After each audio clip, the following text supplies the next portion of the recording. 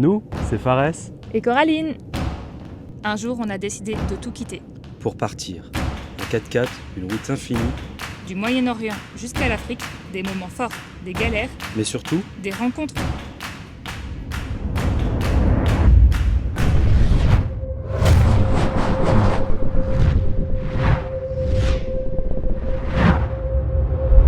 Bienvenue dans notre aventure. abonne-toi, le voyage commence maintenant. On est en Irak, les copains. On n'a pas pu vous filmer la frontière parce qu'il y a des trucs interdiction de filmer partout. Mais ça s'est très bien passé. Oui. On nous a vite fait fouiller la voiture. Mais vraiment pas, hein. Ils ont regardé juste ce qu'il y avait un peu dans les tiroirs. Très fluide, relativement simple. Puis même il y a un monsieur, il est venu nous emmener, tac, hop, on est passé. Ouais, on a eu un traitement VIP. Hein. Franchement, le gars, dès qu'on arrive à la frontière, il a dit vous me suivez avec mon pick-up. Et on l'a suivi, il nous a emmené là où il fallait. Et c'est un gars de la douane, quoi, de la frontière. Non, on a pris combien de temps la frontière? 1h30, je crois. Ouais, 1h30. Vraiment pas grand-chose. Hein. Non, franchement, pas grand chose. Ça s'est très bien passé. Et donc là, on est en Turquie, on va en direction. Irak. On est en Irak, pardon. Mais ça a l'air bien en fait. On se sent tranquille, quoi. On se sent à l'aise. Stress, hein. Zéro stress. Tu Bah. peux. Montre-leur un petit peu où on est. On nous fait des coucous, les gens sont contents de nous voir. Ouais. On est des tourismes. Ouais. Ils sont heureux de nous voir. Ça fait plaisir. On est bien accueillis ici. Hein. Toujours avec les copains devant. Toujours avec les copains. Donc là, on rentre dans la ville de Mossoul. Bon, on se promène dans les villes de Mossoul, dans les rues. Alors, tu trouves comment cette ville?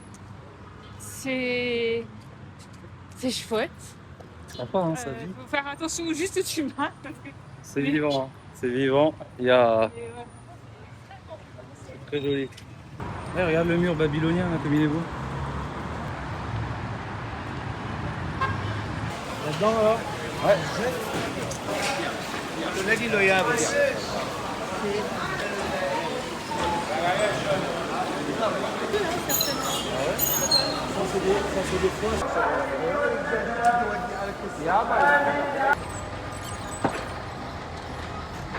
Bon, ça y est, là, on est dans les rues de Mossoul. On est dans la vieille ville, en plein cœur de la vieille ville. Et en fait, tout ça, là, ça a été détruit pendant la guerre entre Daesh et l'armée américaine, l'armée irakienne, et aussi la coalition américaine, européenne, etc. Donc tout a été tapissé. Et c'est en partie un quartier juif ici, et un quartier chrétien un peu plus derrière, et musulman. Et ici, ça a cohabité de très bonne manière et très bien. Et, donc on va découvrir un petit peu ces ruines. Oh, merde. Ah ouais, la maison a été éventrée ici hein, complètement. Ça date pas de si longtemps. Hein. La guerre a commencé en 2014, entre 2014 et 2017. Officiellement terminée début 2018. Et entre-temps, regardez, hein, les chiens ont fait leur territoire ici.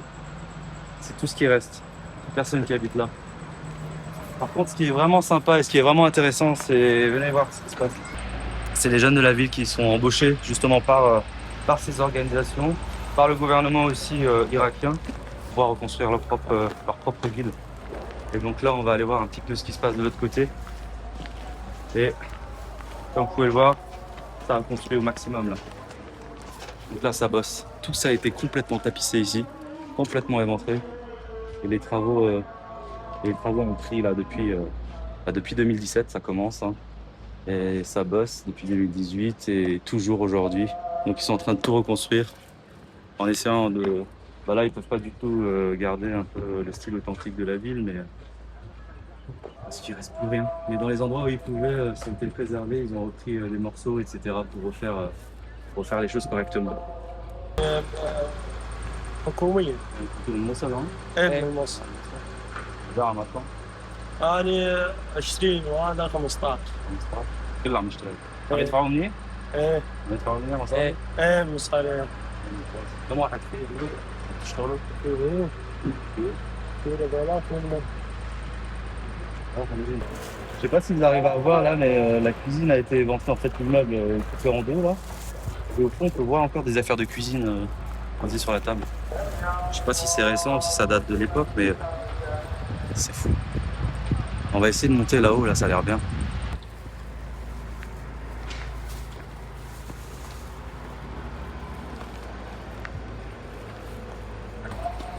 De ce que les locaux nous ont dit, c'est que Daesh a créé beaucoup de galeries en fait aussi en dessous de cette ville. C'est pour ça que les frappes ont été extrêmement violentes pour pouvoir se débarrasser d'eux au maximum. Voilà, je pense que c'est une cave, c'est pas une galerie souterraine, mais comme vous pouvez voir l'architecture là, tout est en marbre. Et ça c'était à l'intérieur de la maison quoi. C'est très très ancien, on voit les voûtes, c'est très joli. On marche là, actuellement on est en train de marcher sûrement sur un bâtiment. On rentre dans la maison de quelqu'un. Hein. J'espère qu'ils ont survécu à ça.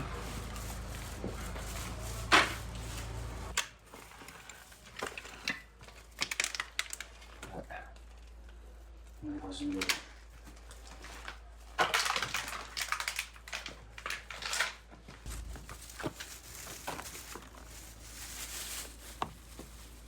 Non, c'est désastre. Il reste rien. Là, on est en très vieille église, là, regardez. Elle était un petit peu épargnée, elle tient toujours debout, mais tout le reste autour. Là, on est sur le toit d'une maison. Et en bas, c'est beau de voir tout ça. Et c'est triste parce que c'était tellement authentique ici, ça a l'air très ancien, très beau. On voit les impacts de balles partout, les obus ils sont tombés, etc. Et si on vous montre ces images aujourd'hui, c'est parce que, déjà pour sensibiliser sur deux choses. La première, on est en totale sécurité, tout va très bien à Mossoul, en Irak. Ils ont réussi, ils ont gagné. Et les gens sont extrêmement accueillants. Et surtout, ils sont très très braves. On va rencontrer aujourd'hui un jeune homme qui s'appelle Mohamed, qui fait partie d'une association de jeunes. Ils sont plus de 200 jeunes qui participent à la reconstruction de leur ville. Ils ont fait du travail monumental. Et on va les rencontrer, on va discuter avec eux et on va vous montrer tout ça parce que c'est très impressionnant ce qu'ils ont fait. Alors, je vous cache pas que c'est terrifiant parce que tout est sur le point de s'écrouler. Mais il y a écrit ici safe. Alors je sais pas qui l'a écrit, mais j'espère que c'est le cas.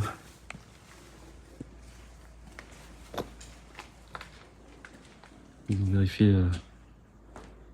Je pense qu'ils ont vérifié les structures en fait pour savoir si c'est renouvelable. Enfin s'ils peuvent le restaurer quoi. C'est écrit partout. Ouais. Et puis là t'arrives et t'as une impasse quoi. Oh, putain, je suis pas confiant du tout, hein, regardez. Donc, je vais sortir de cette rue parce que franchement c'est pas safe du tout. Là, tu vois les trucs.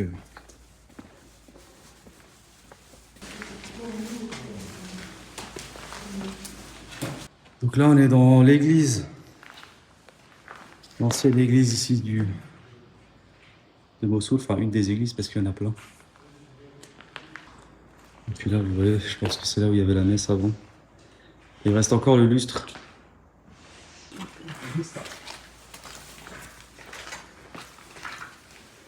Ah bah oui, encore la table avec le cœur et tout. Avec la table de la messe. Avec le lustre qui descend. Et là en fait je pense que c'était la cour ici. Ouais, je pense que là ils ont juste explosé cet endroit.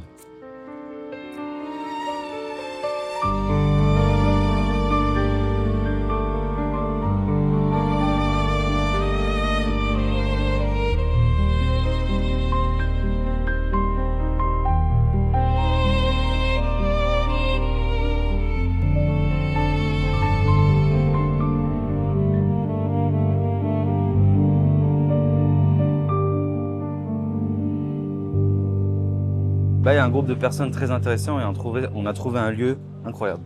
Venez, on va regarder. On marchait comme ça dans la ville, on a vu cette lumière. Et ce qu'on a découvert est plutôt très impressionnant.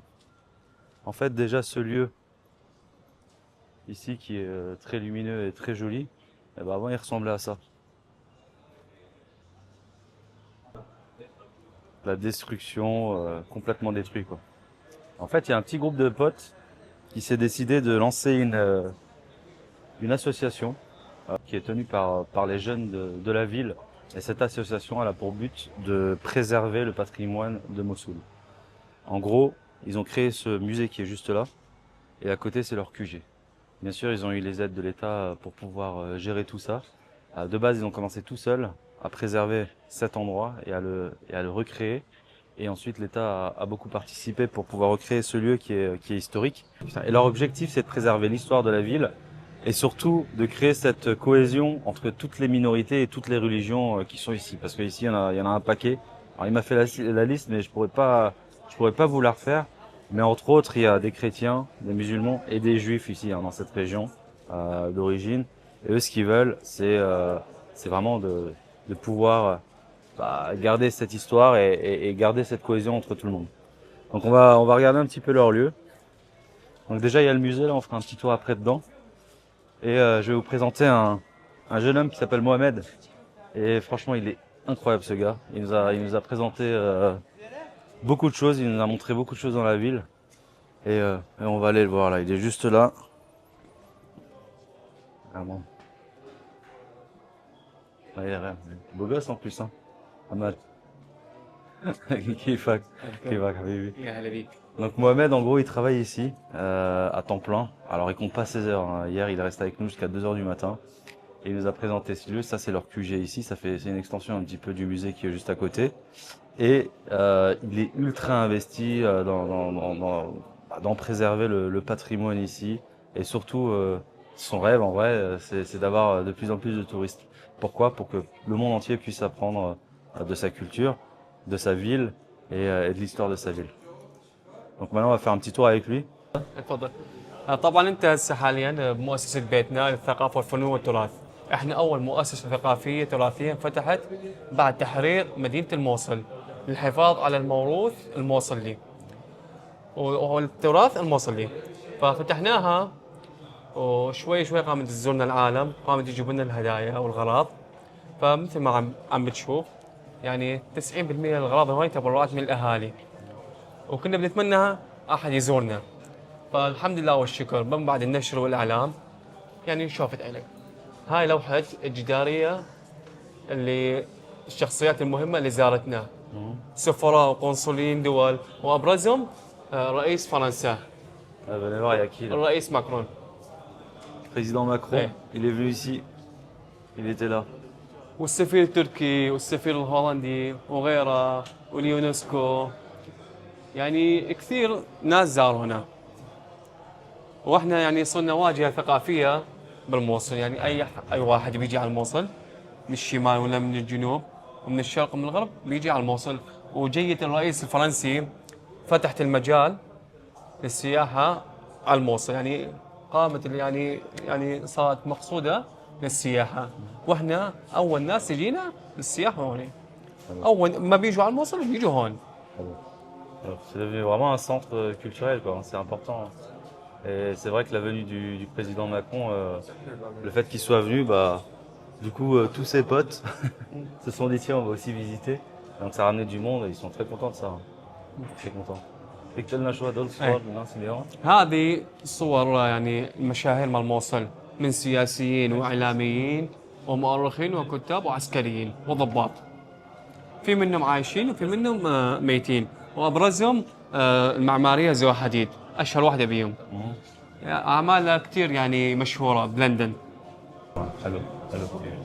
Donc là on est vraiment dans une maison typiquement arabe.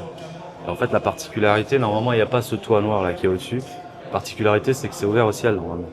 Et c'est juste une maison en fait, c'est pas un lieu public ou quoi normalement. Il y a des gens qui vivent ici. Donc il y a des chambres, il y a une entrée, il y a un salon, il y a une cuisine un peu partout. Bon c'est une grande maison hein, quand même. Hein. Mais c'est ouvert au ciel. Et en fait ici les maisons typiquement arabes sont comme ça. Tu te poses à l'extérieur, ton jardin c'est ici, c'est la cour quoi. C'est plutôt sympa. Donc là on est dans la salle des archives. هاي غرفه متحف الارشيف، غرفه الارشيف فيها يعني عقد مال الزواج مال قبل، شهادات مال قبل، صور مال قبل يعني ايام الخمسينات والستينات. ومثل ما تشوف يعني التلفزيونات القديمه والمسجلات أيضا. وأبرز شيء هون هي هاي المكان القصف. Viens, regarde maintenant. Ce qui est fou, c'est ça là. Mm. Ce trou là. Mm. C'est pas grave, tu peux ne pas le filmer, on va. Tu le vois? Tu le vois bien? Ok, super. Mm. Donc ce trou là, احكي لنا شو هذا الخزن. هاي القصف فأثناء معركة تحرير الموصل هذا كان بيت سكني مثل ما قلت لك. الداعش طلع الأهل منه وعمل مستشفى اللواء، اتخذه كمستشفى، فقرب عليه جهاز مكافحة الإرهاب، حرره صار مستشفى جهاز مكافحة الإرهاب. فمما كان بعيدة من الميدان اللي شفته قاموا يضربون هاونات، فاجى صاروخ ووقع عيوني بس ما انفجر، يعني حفر المكان بس ما انفجر. ومن تحررت جت مكافحة الألغام شالت الصاروخ واحنا اخذنا المكان قلبناه مؤسسة واحنا خليناها لاي حتى تظل ذكرى للشمال وللجنوب للشرق وللغرب وللي جايين على الموصل حتى يشوفون وحشية داعش وشون كان ما يميز لا طفل لا مرأة لا كبير ولا صغير ولا مدني ولا عسكري. C'est impressionnant. Hein. C'est un sacré souvenir. Comme ça, personne n'oublie ce qui s'est passé ici. Bon, on va regarder. Là, il y a un. Ça m'intrigue un peu chaud. سرداب. Ok. إيه. هذا أنقذ حياة المدنيين من القصف، يعني أنقذ المئات. فأثناء القصف كانت العالم تفوت تحت يمينه، وحتى لو يعني الحجر يتكوم الشكل يعني يترك مكان شبر بفوت هواء الجو يظلون عايشين. وأنقذ حياة كثير من المدنيين من القصف. فأشني هذا بالصيف يظل بارد وبالشتاء يظل حار، وبكل بيت هسه باقي المناطق القديمة موجود واحد أو اثنين اللي شفته امبارح. Ouais, ouais, vraiment. Ouais, il y a de l'histoire hein, dans cette maison. Donc il y a des gens qui ont survécu grâce à ça, quoi.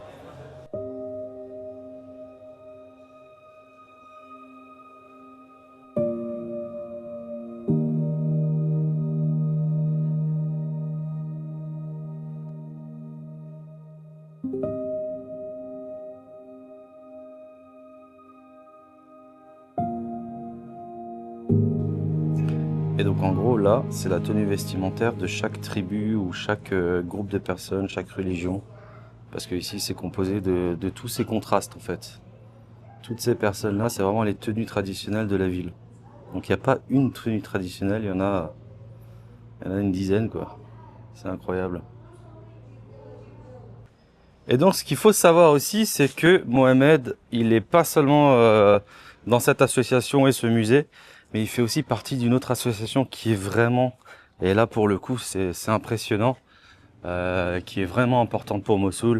C'est l'association qui a permis en partie de reconstruire Mossoul.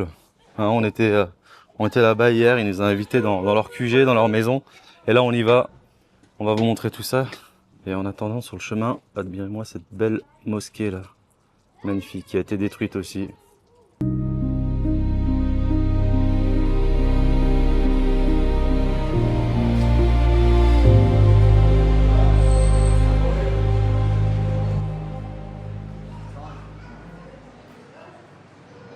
فلما سألتك على كيف شفت المدينة، لأن احنا عايشين بالمدينة بشكل يومي، فالتغيير نشوفه بصورة بطيئة، لكن اللي شايف المدينة ويجيها فانطباعه يكون أدق. فعموما هاي المدينة انت تحدثت عن موضوع الأمان، قلت الأمان كلش عالي. هذا الأمان اللي موجود بالموصل، هذا الموصل ما شافته من 2003 حرفيا.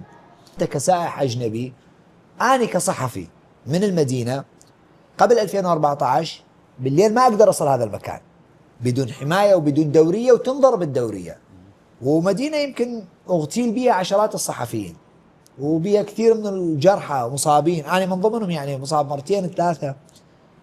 اليوم عندنا مستوى الأمان عالي جدا، فمدينة ما تنام. عندنا بعض الأسواق الشعبية اللي كانت تتعزل بالستة على 7 المساء اليوم تبقى إلى ثاني يوم الصبح. يعني باب المطعم ما ينسد، باب الكوفي الشيخانة نحن نسميها باللهجة العامية ما ينسد. فهذا انعكس علينا بشكل كبير. أما مستوى الدمار والخراب، أقوى تحدي كان لأبناء هاي المدينة إنه عودتهم.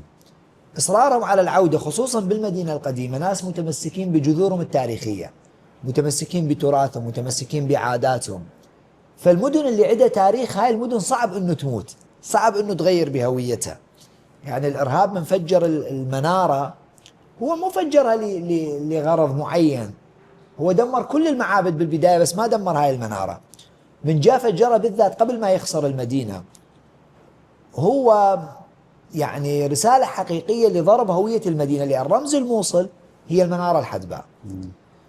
فرجعت الناس ما بعد التحرير، يعني كانوا يرجعون بين الألغام، بين المخلفات الحربية، الروائح، الجثث كانت بعد موجودة، بس الناس رجعت على بيوتها. الناس متمسكة بجذورها بتاريخها. من تحكي معاه أو تتحدث معاه وتناقشه يقول لك بيتي بيت أبويا، ما أقدر أعوف المنطقة. أو هو مثلا ما بعيد، هو نازح بالجانب الأيسر اللي هو ما يبعد 10 كيلو، يجي على ضفة النهر ويشوف المنطقة ويبكي، يريد بس يرجع. هذا التمسك وعودتهم انطفت دافع وحافز للمنظمات الدولية. المنظمات الدولية من تجي تشتغل تريد فد نتيجة أثرها ملموس على حياة الإنسان. تجي تشوف هاي الناس راجعة، ما منطقة مهجورة. فانعكس كلش إيجابي. إرادة الناس كانت السبب الحقيقي لعودة الحياة للمدينة، ومو عودتها بصورة طبيعية مثل ما كانت، هي ما كانت طبيعية، عودتها بأفضل مما كانت عليه حتى قبل 2003.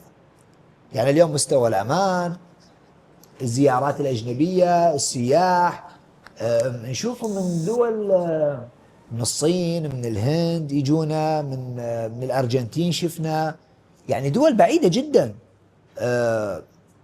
جوانا ناس ما كانوا يحتاجون باستثناء المترجم لا دورية شرطة ولا مفرزة، ونسمع هذا الانطباع عنهم، ونحن حتى نشعر بالارتياح لأن نحن نعرف طبيعة أهل الموصل مع الضيف. يعني لو ما لقيت فندق وشافوك بوقت متأخر بالشارع وقلت أريد مكان أبات، أقرب واحد عنده بيته راح يفتح لك الباب يقول لك فوت. فيعني الموصل رايحة باتجاه أتوقع لها مستقبل حتى أفضل من مستقبل العاصمة بغداد، بس تحتاج بعد. يعني أقدم قرية زراعية اكتشفت عاشورية، هي ما تبعد تقريبا 500 متر، يعني هي ما موجودة، بس اكتشاف الأدوات الزراعية هي ما تبعد عن مسافتك هاي 500 متر. دائما التاريخ إلى مكان. الصدف انه هاي المدينة تحاصرت اكثر من مرة وتأذت اكثر من مرة، وحتى من العهد العاشوري وانت جاي، كل مرة ترجع وكل مرة ترجع وكل مرة ترجع. فشوفوا واحدة من التفاصيل اللي خلت اهل هاي الناس يتعودون على مواضيع الحصار. هسه لو تصور شوف اكو سرداب ورهرة، هذا بيت مونة. طبيعة اهل هاي المدينة يخزنون المواد الغذائية المجففة اللي تتحمل فترات طويلة بالخزن، الفاصوليا، البرغل، التمن، العدس، الجريش، هاي الأمور. فهم ناس أصلا أيديولوجيتهم متعودة على الظروف الصعبة، يعني ما جديد هذا الموضوع عليهم. فمن جتهم فترة الحصار خصوصا هنا، لو ما كان الناس عندهم فطرة بحفظ المواد الغذائية وطريقة استخدامها، ما ماتت بالقصف، عفوا كان ماتت من الجوع. لأن وصلت مرحلة الناس يمكن ما مذكورة هاي بمكان آخر، مزيل الشعر اللي بيه السكر، يعني الشيرة أو الحلاوة، بس هي مصنعة يعني علب، الناس طعمتها للأطفال رغم أنه بيها مواد كيميائية على مود السكريات، لأن الطفل بقى أيام ما شاف، ما أكل شيء، ما ضاق شيء لهذا المستوى، بس قدروا يعبرون هاي المحنة وقدروا يعبرون هاي المرحلة. فحتى طبيعة بناء بيوتهم، شوف عندهم سراديب لخزن المواد الغذائية لأن توارثوها عبر الأجيال من 200-300 سنة، آخر حصار كان على المدينة، فقدروا يكملون. وأتوقع إن شاء الله تجون بعد سنوات راح تشوفون فرق أكبر كثير، رغم أنه ترى عندنا تحديات كثير. C'est couleur locale. Ah oui, oui, c'est couleur locale.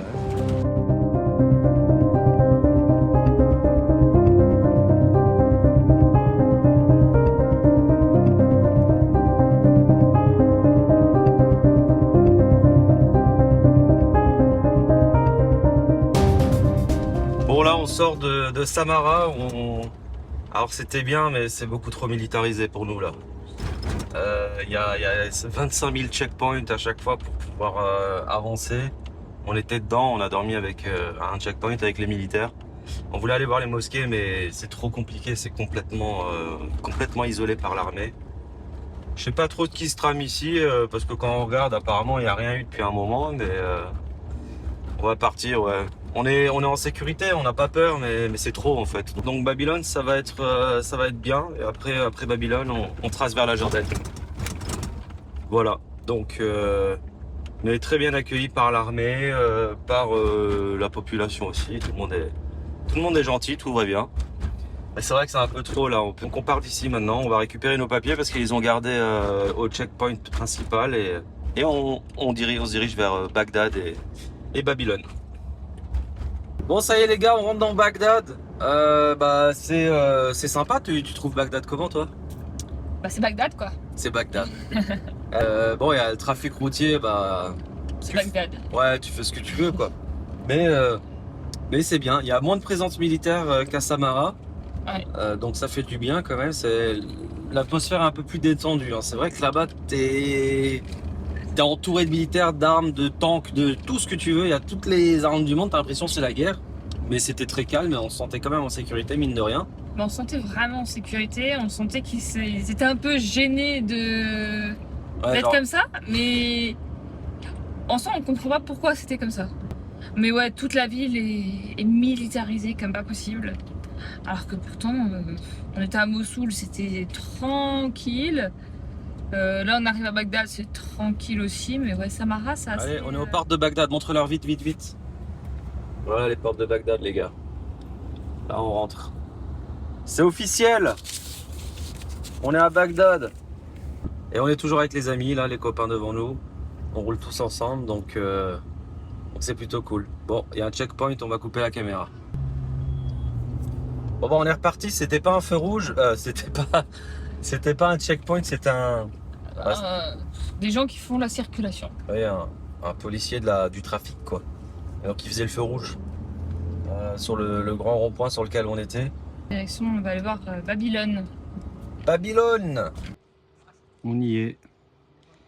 La porte de Babylone. On rentre dans ce monde magique en plein milieu de l'Irak. C'est incroyable d'être là. On est à la vieille cité de Babylone et en plus ce qui est dingue, c'est qu'on va dormir ici.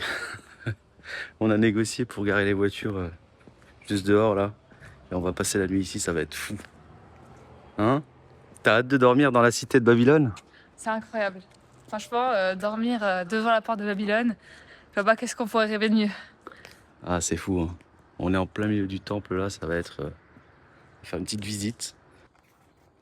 Il y a pas de Mossoul. Donc on est rentré par là, on est arrivé à Mossoul qui est juste là, et après on est à la Samara hier, et aujourd'hui on est à Babylone. Donc, ici on peut voir que en fait tout ça, toute cette cité-là a été reconstruite par Saddam Hussein à l'époque. La seule partie d'origine, ça va être ce morceau-là, et lui a reconstruit tout selon les vieux livres d'histoire. Et d'ailleurs il a aussi mis sa petite signature là, sur les briques pour qu'on s'en rappelle. Voilà. Tout ça a été reconstruit, là on peut clairement le voir, par Saddam Hussein. C'est une très belle œuvre d'ailleurs. C'est incroyable. Tu nous expliques ce que monsieur vient de nous expliquer?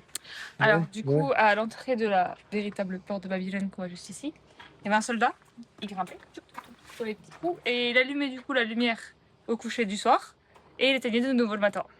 Et du coup, ici, il y a marqué quelque chose, son nom, peut-être, probablement, on ne sait pas. D'accord. Et tu nous expliques, là, il y avait une porte avant. Là, c'est la vraie porte de Babylone. Ok. Et elle est où? Alors, il y a une partie qui est ici et il y a une partie qui est en Allemagne. Ouais, elle a été piquée par les Allemands en 1902, complètement démontée, en fait, la fameuse porte bleue là, que tout le monde connaît. La vraie a été démontée et emmenée au musée de Berlin en 1902. Voilà. Ils se sont appropriés la porte de Babylone. Si vous voulez la voir, la vraie, elle est à Berlin du coup. Mais en tout cas, il faut quand même venir à Babylone juste pour l'histoire. Venez, c'est incroyable. En plus, on a toute la cité pour nous tout seuls, il n'y a personne. Il y a juste les copains là-bas. Mais sinon, on est vraiment tout seul, quoi. C'est génial.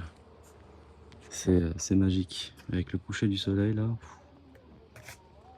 Et en fait, Saddam Hussein s'est construit un magnifique palace, juste là-bas, juste au-dessus. Avec vue sur Babylone. Il se mettait bien quand même, hein. Ouais, c'est pas une montagne, c'est un palace, c'est énorme. C'est très très grand. Et donc là, on se balade, là, on a encore des très anciennes ruines qui n'ont pas été renouvelées juste là-bas. Ça n'a pas été restauré là-bas. On est vraiment dans un endroit magique. Babylone, les gars. C'est fou.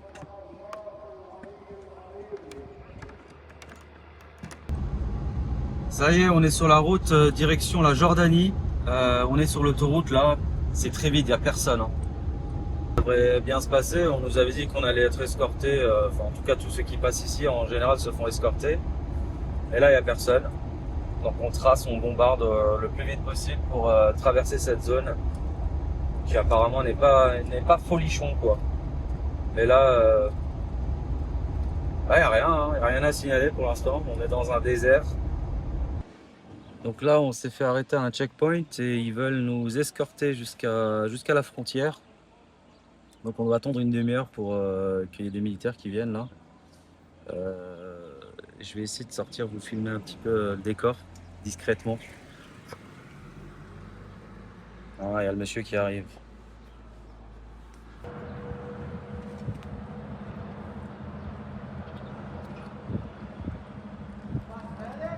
On sait pas trop ce qui se passe là, ils sont tous partis en bombe. Et genre tout le monde, d'un coup, ils ont pris leurs armes et ils sont partis. T'as pas dit qu'il y avait une voiture qui arrive à contresens? Il y a une voiture qui arrive à contresens, plein gyro, enfin plein phare, mais je pense qu'ils vont juste secourir quelqu'un qui a peut-être fait un accident. Je pense que c'est juste ça. Mais c'est pas loin, c'est là-bas, hein. Ça a l'air d'aller, je pense qu'ils vont juste aider quelqu'un. Parce que j'ai entendu crier extincteur aussi, donc... Mais c'était impressionnant, hein. Tout le monde a couru dans leur voiture, ils ont pris les blindés, ils sont partis. C'est n'importe. Bon les amis, on s'est fait réceptionner par une petite squad d'escorte. Et donc là, on a un véhicule militaire juste devant nous, qui roule avec nous, du coup. Et là-bas, un petit Land Cruiser. Ce qui est marrant, c'est que lui, il a un Cruiser et nous, on a un Land Cruiser. Exactement. Là, on a quitté Babylone. On est remonté à Ramadi. À Ramadi, on a pris la seule route qui mène vers la frontière. Et au kilomètre 153, on s'est fait arrêter pour le premier checkpoint. Ils nous ont dit comme quoi ils allaient effectivement nous escorter. Finalement, il y a eu un accident derrière nous. Bref, ça a été compliqué logistiquement. Donc ils nous ont dit, vous allez 50 km plus loin, vous vous arrêtez, ils vous attendent. Ok, on a roulé 50 km, on voit la voiture, on s'arrête, tac tac, contrôle, papier, c'est bon. Hop, il repasse le mot, les 50 km plus loin. Ok, pas de souci. On s'arrête, machin, papier, c'est bon, vous pouvez continuer, on ne nous donne plus d'instructions. Alors en gros, en fait, ils font ça, ils se relayent tous. On a compris le truc, c'est que si ils calculent à peu près dans combien de temps on doit arriver, si on n'arrive pas, il y en a un des deux qui, enfin, ils vont tous venir vers nous pour voir où on est et qu'est-ce qui se passe, quoi. C'est ça. Donc, en fait, ouais. C'est vraiment plus pour notre sécurité. Parce qu'il n'y a personne, il n'y a pas de dépanneuse, il n'y a pas d'assistance, il n'y a rien ici. Hein. Donc. Mais là, du coup, effectivement, on n'avait plus d'instructions et il y a un On n'avait plus d'instructions et d'un coup, il y a trois messieurs qui se sont mis au milieu de la route. Ils ont dit passeport, on y va vite. Hop. Et ils ont monté dans sa voiture et on est parti. Bon là, on s'arrête, on va couper. Et puis là, je sais pas,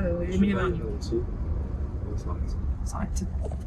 Bon, alors on a réussi à arriver à la frontière avec l'Irak, sachant qu'on avait quitté les copains à Babylone le matin vers 5h30. Ouais. Et on est parti tôt justement pour pouvoir passer cette frontière vite parce qu'on savait qu'en Jordanie, la frontière fermait vers 16h. Et on n'a pas pu filmer, pourquoi? Parce qu'on était très pas dans le mood. On était très énervés. Ouais, c'était trop. Ça a duré 4h30 la première fois. Ils arrêtaient pas de dire oui, tu passeras pas avant la fermeture. Mais en fait, le truc, c'est qu'on veut quitter l'Irak et ils nous ont fait vider toute la voiture. Ouais. Absolument toute la voiture. Et ils étaient là en train de filmer dans nos tiroirs, en train de sortir des trucs. Enfin, on n'a pas compris ce qui se passait. Après, on a attendu pendant 1 heure un monsieur qui devait venir pour faire les papiers. Un monsieur fantôme, finalement. Je me suis lancé, moi, à faire les démarches tout seul. Et quand tu rentres dans les bureaux, les mecs avaient les pieds sur le bureau, ils fumaient des clopes. Enfin, c'était juste insupportable. Et après tout ça, alors que j'allais presque terminer les démarches, j'ai eu le droit à un interrogatoire parce que on a l'appareil photo avec un objectif qui n'est pas si grand que ça. Ça fait un zoom l'équivalent de x3 sur le téléphone. Et interrogatoire, pourquoi t'as ça et pourquoi ci, pourquoi ça, et je veux voir toutes les photos, et après j'ai dû avoir une autorisation. Bref, alors je quitte le pays. Et donc au final on a pété un câble. J'ai pété un câble avec les mecs, donc ils m'ont laissé tranquille. Et ensuite on voulait partir en Jordanie. On arrive à la frontière et le mec il dit non, vous partez pas. Non. Et je lui dis non mais attends. Il a dit non, de toute façon les Jordaniens ils ont fermé la frontière donc vous allez rester là. Donc c'est mort. Et en fait nous on pensait qu'on allait devoir refaire toutes les démarches le lendemain. Il a dit demain tu refais les démarches, tu viens. Tu recommences. Et donc là, énervé comme tout. On était vraiment très énervés. Ouais. Je suis retourné voir le responsable de la frontière. Il me dit non mais on a prévu le coup, regarde ton passeport. Le tampon c'est demain, c'est pas aujourd'hui. Allez, bonne nuit. Et il nous a fait dormir à la frontière. Ouais, on a passé une nuit très calme à la frontière. Ouais, au début, ça allait en vrai, parce que Ouais. voilà, on est équipé, on a ce qu'il faut pour dormir, c'est pas très grave. Mais eu le droit à vers un 2 heures, Concert de klaxons à 2h du matin. 2 heures du matin, une fiesta tous les camions se sont énervés parce que tous les camions aussi dormaient. Et dormaient sur la frontière. Et tout le monde s'est mis à klaxonner en même temps, ensemble. Tout ça, c'était la fiesta. Donc voilà, expérience vraiment pas top. Mais par contre, à 8h du matin pétante, on était les premiers devant l'ouverture de la grille. Ouais, après, on est passé en Jordanie. Maintenant, pour pas qu'il y ait de confusion, c'est qu'on part de l'Irak et dans le prochain épisode, ce sera la Syrie. La Jordanie, on l'a juste traversée très rapidement pour arriver en Syrie. Et on retournera de la Syrie en Jordanie où il y aura l'épisode, du coup, après la Syrie, il y aura l'épisode Jordanie complet. Voilà. Comme ça, il n'y a pas de confusion. On ne s'est pas téléporté. Non. Parce que de toute façon, la frontière était fermée entre Irak et Syrie. Voilà. Et si vous aimez ce que vous regardez, n'hésitez surtout pas à vous abonner, ça nous aide beaucoup. Franchement, ça fait vraiment la différence. Mettez la petite cloche et mettez des commentaires, tout ce que vous avez envie de parler. Discutez avec nous, on est là et on peut répondre, on est attentif. Voilà, n'hésitez pas. À dans le prochain épisode.